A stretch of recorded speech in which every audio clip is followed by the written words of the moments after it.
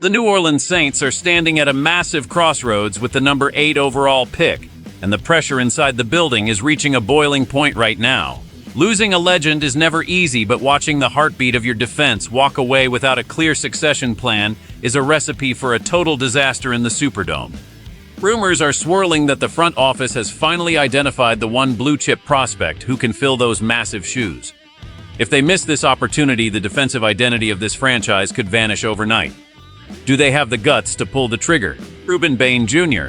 is the name currently setting the scouting department on fire in New Orleans, and it looks like he is the primary target to fix a defensive line in transition.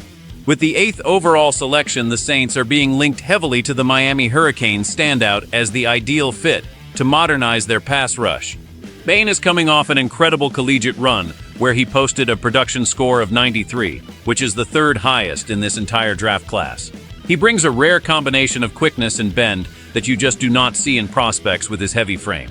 The buzz around the league is that New Orleans sees him as a polished run defender who can immediately handle professional snaps.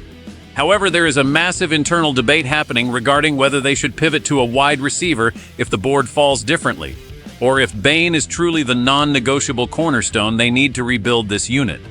Cameron Jordan has been the soul of this organization for over a decade, but the veteran is currently a free agent, and the front office has not made re-signing him a priority, which signals a massive shift in philosophy. This creates a terrifying void that must be filled immediately if the Saints want to remain competitive in the NFC South. The clock is ticking on their draft board, and the scouts are worried that if they do not land this specific edge rusher, the entire defensive scheme under Brandon Staley might struggle to find its rhythm next season. We are hearing that Staley is pushing for size and power on the edge, and Bain fits the physical profile of the players he successfully coached in the past. But there is a hidden complication regarding his physical measurements that has some analysts questioning if he can truly dominate at the next level like he did in college. The decision made here will define the next 5 years of Saints football, and the stakes could not be higher for a team that cannot afford to miss in the top 10. If he is gone by pick 8, the entire plan might crumble into chaos. Do you think the New Orleans Saints should prioritize the defensive line or take a star wide receiver at pick 8? This decision will change the franchise forever, so let me know your thoughts in the comments below. Make sure to subscribe and hit that like button so you never miss an insider update on our Saints. Let's look at the secondary player. Cameron Jordan is the legendary figure whose departure is forcing the Saints into this high-stakes draft dilemma. For the first time in nearly 15 years, the front office is preparing for a reality where number 94 is not leading the huddle. Jordan is currently 36 years old, and while he remains a massive presence in the locker room, his free agent status suggests the Saints are ready to move on toward a younger and more explosive future. The internal scouting reports are calling Ruben Bain Jr. the closest thing to a modern analog for Jordan because of his elite mean streak and ability to bully opposing offensive linemen. It is not just about the stats on the field, it is about the culture and the leadership that Jordan provided for so long. The coaching staff is looking for a player with that same veteran-style run containment and the specific power profile that Brandon Staley craves. Staley has always leaned toward heavier edge rushers like he had with Joey Bosa and Khalil Mack, and he believes Bain can form a terrifying tandem with Chase Young to revitalize the pass rush. However, the front office is fully aware that Jordan might still return on a cheap deal, but they cannot bet the future of the franchise on a player approaching 40. The scouts have noted that while Bain has slightly shorter arms than the prototypical edge rusher, his dominance in college was undeniable, and he routinely overpowered blockers who had better physical traits. The real concern inside the building is that if they wait or try to get cute with the pick, they will lose the only player in this draft who truly replicates the physical and mental toughness that Jordan brought to the defense. The front office knows that replacing a future Hall of Famer is nearly impossible, but they believe Bain has the intangible qualities that make him a safe bet despite the measurables. This is a massive transition for a team that has relied on defensive consistency for a generation, and the tension regarding Jordan's eventual replacement is palpable among the decision-makers in New Orleans. If they do not find the right successor, the identity of the entire Saints defense is at risk of being lost in the shuffle. The impact of this draft choice will resonate through the halls of the New Orleans Saints facility for years to come, because this is not just about one position, but about the entire philosophy of the organization. General Manager Mickey Loomis is under immense pressure to hit a home run with this selection, because the roster has several significant holes that have been neglected due to salary cap constraints in recent years. Choosing a defensive end at number 8 overall would signal that the team is doubling down on a defensive identity, even though the offensive side of the ball desperately needs a dynamic wide receiver to help the quarterback.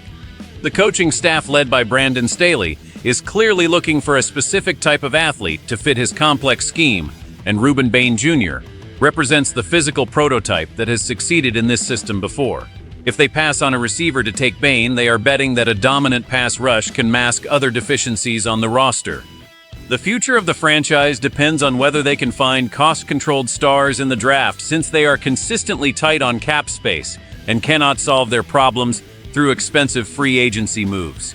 If Bain turns out to be a perennial Pro Bowler like Cameron Jordan, then the front office will look like geniuses for seeing past his arm length and focusing on his high production score.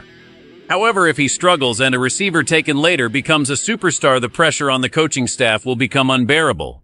We are looking at a scenario where the Saints are trying to rebuild on the fly without entering a full-scale teardown, and that requires hitting on every single top 10 pick they have. The upcoming season will be a litmus test for the new defensive direction, and if they can successfully pair a young stud like Bain with Chase Young, it could transform the Saints into a defensive powerhouse once again.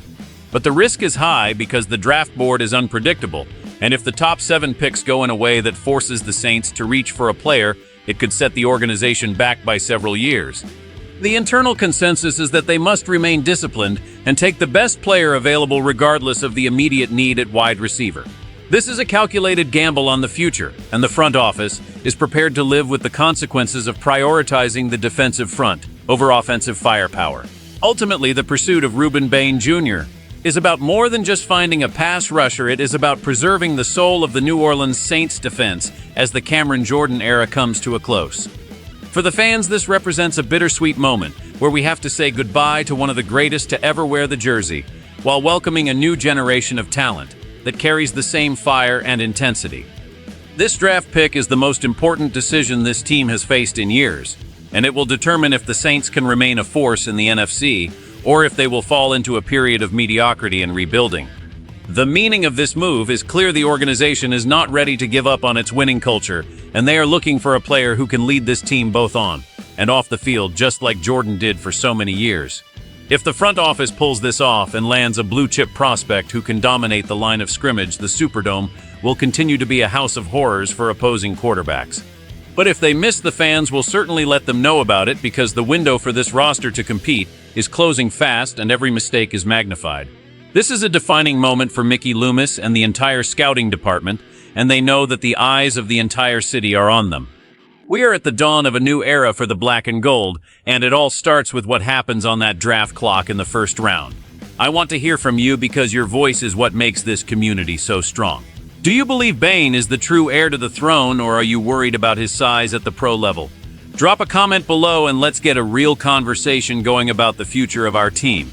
Don't forget to subscribe to the channel and like this video to keep getting the real inside story from within the building. We will be tracking this situation every step of the way as the draft approaches. The future of New Orleans football is being written right now, and you do not want to miss a single second of the action as we find out who the next legendary Saint will be. Who Dat for life.